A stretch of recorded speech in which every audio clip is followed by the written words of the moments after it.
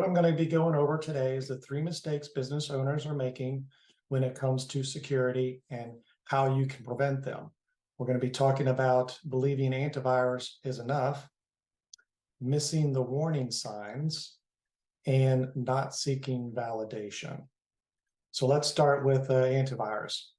So when we think of antivirus, we kind of think that, well, that's maybe all we need. Well, 75% of ransomware victims report having up-to-date antivirus.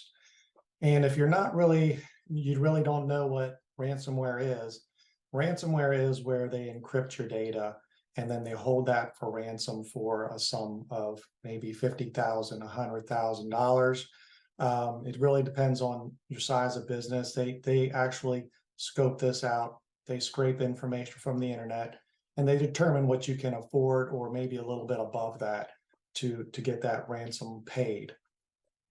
So without proper security, there's a risk of ransomware. And when you look at businesses, 3 out of 4 businesses are getting hit by ransomware when they just have antivirus on their systems.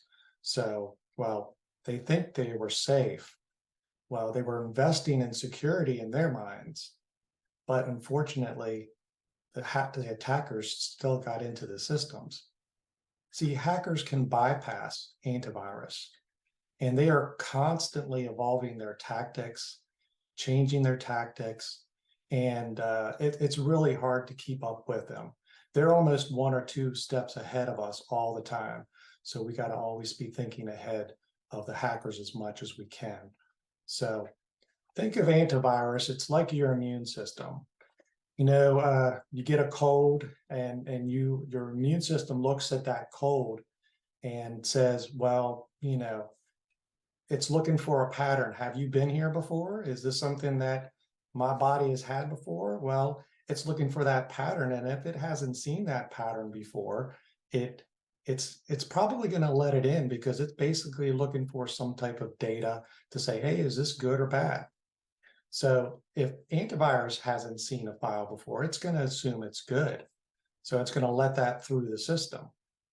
And so hackers keep changing their files, and antivirus is having a hard time keeping up with it. Even if we look at artificial intelligence, it needs to learn, and it makes it slower to respond than the hackers do. So in security, what worked yesterday does not necessarily work today. So we have to make some adjustments. We need to get that kind of assessment done so we understand our risks, and then we can help to prevent those.